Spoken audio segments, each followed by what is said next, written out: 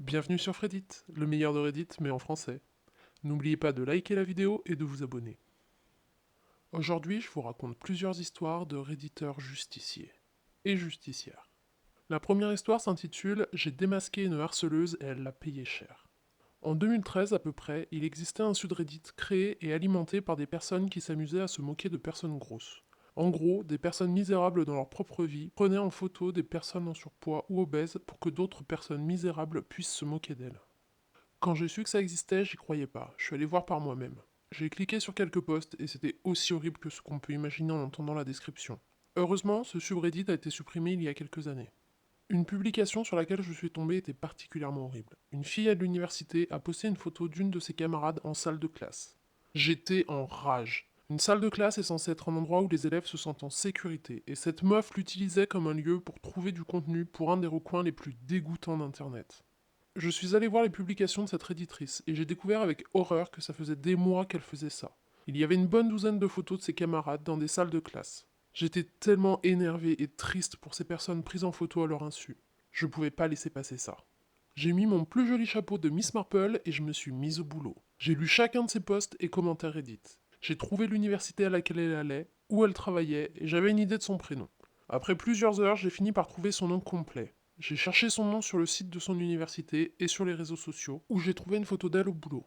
J'avais la bonne personne. Je suis allé sur le site de l'université pour trouver l'adresse mail du directeur adjoint pour le prévenir de la situation. Je lui ai envoyé toutes les informations que j'avais avec des screenshots et je lui ai expliqué comment j'avais déduit son identité. Je ne pensais pas avoir un jour une réponse. Une heure plus tard, j'étais informé que l'email était transféré à la directrice et son adjoint me remerciait. Encore une heure plus tard, la directrice de l'université en personne m'écrivait pour me remercier d'avoir pris le temps de les prévenir. Et elle m'assurait qu'il y aurait une enquête en interne. J'ai pensé que c'était que des paroles en l'air. Mais 2 jours plus tard, tous les posts et commentaires de son compte Reddit étaient supprimés, et elle avait désactivé tous ses profils sur les réseaux sociaux. J'espère qu'elle a retenu la leçon ce jour-là. Quelle horrible personne. Et cerise sur le gâteau, j'ai fait tout mon travail de détective en herbe alors que j'étais au boulot, en stage dans une entreprise que je détestais. Donc j'ai été payé pour le faire. L'histoire suivante est un peu longue, mais elle vaut vraiment la peine. Un concessionnaire fait de la pub mensongère, ça leur coûte au moins 50 000 $. Les véhicules coûtent très cher dans la ville où je vis comparé à d'autres endroits du pays. En achetant exactement le même véhicule dans un état limitrophe, il est possible d'économiser 3 à 4 000 $ sans rien faire de particulier. Quand j'achète un nouveau véhicule, tous les 3 4 ans, je regarde toujours dans les autres états pour comparer les prix. Cette histoire est arrivée il y a 5 ans, mais elle continue encore aujourd'hui. Je cherchais une voiture neuve et j'en ai trouvé une qui répondait exactement à mes attentes. Elle était à environ 12 heures de route dans un autre état. Son prix était environ 5 000 $ plus bas que ce que je pouvais trouver ailleurs. J'ai regardé les vols pour me rendre sur place, et il y en avait un qui me faisait arriver à l'aéroport local pour 175 $. Si je compte l'essence du retour, on est environ à 275 $ pour économiser 5 000 $. C'était complètement rentable. J'ai appelé le concessionnaire, on a négocié et on est tombé d'accord sur un prix. Je les ai prévenus que j'allais venir en avion pour récupérer la voiture, et j'ai proposé de payer le montant total en avance. Ils m'ont dit qu'ils n'avaient besoin que d'une avance de 1 000 $ pour que le véhicule soit réservé. J'ai signé le contrat et payé l'avance. Ensuite, j'ai réservé mon vol, 3 jours avant le décollage. Premier signe que quelque chose n'allait pas. Quand je suis arrivé à l'aéroport, le concessionnaire était censé venir me chercher. On en avait discuté ensemble. Je les appelle et ils me conseillent de prendre un Uber pour les 20 minutes de route. Ils me promettent de me le rembourser. Pas de problème, je fais ça. Deuxième signe que quelque chose ne va pas. Quand j'arrive sur place, le vendeur avec qui j'ai échangé me propose de faire le tour pour regarder les voitures qu'ils ont. Oui, les voitures, au pluriel. En me demandant ce qu'il entendait par là, je le suis sur le parking pour aller voir les voitures dont il me parle. Est-ce que ce sont des modèles spéciaux, peut-être des voitures plaquées or, qui conduisent elles-mêmes ou volantes? Non, rien de tout ça. Quand je le coupe pour lui demander directement où se trouve la voiture pour laquelle je suis là, celle pour laquelle j'ai signé un contrat et payé une avance, il me dit qu'elle n'est plus disponible. Le vendeur me propose de me montrer d'autres modèles. Ça n'aurait pas forcément été un problème s'il me proposait des tarifs similaires, mais toutes ces voitures étaient extrêmement chères. 2 000 $ de plus que le prix de base, au lieu de 5 000 $ de moins. Un détail important pour la suite, à aucun moment il ne m'a été précisé qu'ils offraient un bonus pour laisser un avis positif. Bref, 2 3 heures plus tard, je suis convaincu que cette concession n'a jamais eu la voiture qu'ils ont utilisée pour m'appâter. C'est de la pub mensongère pure et simple. Ils ne voulaient pas me vendre un modèle similaire au même prix que celui négocié. Ils me le faisaient au moins 5 000 $ plus cher. Et ils refusaient également de payer mes billets d'avion dus à leur pratique malhonnête. On a eu une discussion plutôt intense avec le directeur, et dans le feu de l'action, il m'a dit: Vas-y, laisse un avis négatif en ligne, mais tu ne recevras pas un centime de ma part. j'ai pris un autre Uber pour aller à un hôtel du coin, et j'ai réservé un vol de retour pour le lendemain. Prix total, environ 750 $.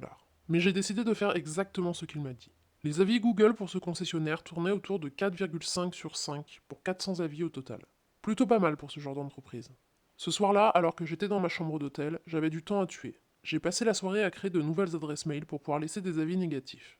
En tout, j'ai dû laisser une vingtaine d'avis 1 étoile, le minimum, dans la soirée. Et après, j'ai un peu arrêté de m'en préoccuper. Je me suis ensuite concentré sur le remboursement de mes frais. Quelques jours après mon retour, j'ai envoyé une lettre au concessionnaire pour lui demander un remboursement de 750 $. Ils l'ont bien sûr ignoré. Puisqu'on avait signé le contrat dans les deux États et que j'avais payé une avance, j'ai pu faire appel au tribunal d'instance de mon État. Aucun représentant de la concession ne s'est présenté à l'audience et le juge m'a accordé 750 $. J'ai d'ailleurs fini par les recevoir, même si ça a nécessité plusieurs courriers en recommandé, des coups de fil et environ un an d'attente. Comme vous pouvez l'imaginer, je n'étais toujours pas franchement satisfait de la manière dont ils m'avaient traité. Leur comportement avait été horrible du début à la fin. Tous mes amis étaient au courant de l'histoire et étaient aussi écœurés que moi par leur attitude. Chacun avait laissé un avis négatif ou deux, mais rien de plus. Mais je voulais me venger pour de vrai. Je ne sais pas comment ça a commencé, ni pourquoi ça a duré aussi longtemps. Mais un jour j'avais du temps et j'ai laissé un avis négatif sur la page Google de l'entreprise. Juste un. Pas deux, pas trois, un. En faisant ça, je me suis rendu compte que tous ceux que j'avais laissés en arrivant dans ma chambre d'hôtel avaient été supprimés. Probablement parce qu'ils étaient considérés comme fake et parce qu'ils avaient tous été publiés quasiment au même moment. Mais je voulais m'assurer que le concessionnaire ne referait pas la même chose à quelqu'un d'autre. Donc le lendemain, j'ai vérifié que mon avis 1 étoile de la veille était toujours là. C'était bien le cas, et puisque j'étais déjà sur leur page, j'ai créé une nouvelle adresse mail et je leur ai laissé un nouvel avis 1 étoile. On est maintenant 2-3 ans plus tard, c'est devenu une habitude. À chaque fois que j'ai quelques minutes de libre, je crée une nouvelle adresse et je laisse un avis négatif. Leur note actuelle 1,9 étoiles, avec presque 3500 avis.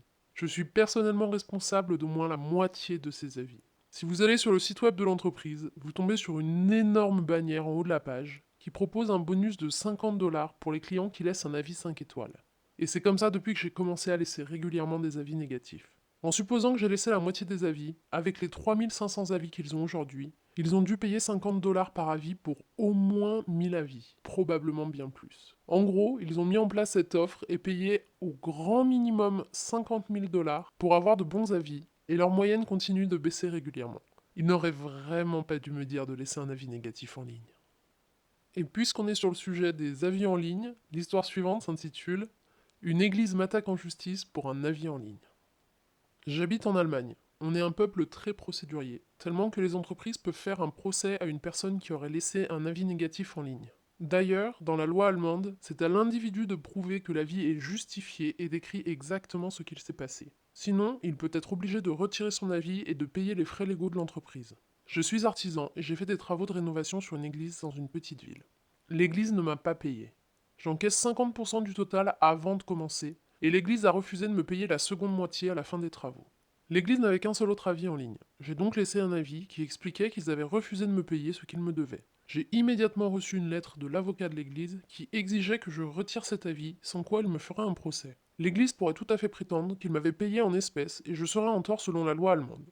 Ok, j'ai fait exactement ce qu'ils m'ont demandé. J'ai supprimé l'avis que j'avais écrit, puis j'en ai rédigé un autre où j'explique que je suis artisan et que l'église m'a menacé de me faire un procès pour avoir laissé un avis négatif. J'ai même mis le courrier de l'avocat en image jointe à l'avis. Quelques mois plus tard, je reçois un appel d'un homme d'église très énervé. Il me dit qu'à cause de mon avis en ligne, plusieurs artisans ont refusé de travailler pour l'église, et les autres demandent un paiement complet avant de démarrer le projet. D'après lui, je lui ai coûté des milliers d'euros, et j'irai en enfer pour avoir entravé le travail de l'église. Alors je lui ai demandé, quelle est l'opinion de votre religion sur l'honnêteté, la compassion et le pardon? Il y a eu un silence de quelques secondes, puis il a raccroché. Je n'ai pas encore reçu de courrier de son avocat, mais je m'inquiète pas. J'ai maintenant une preuve irréfutable pour mon avis.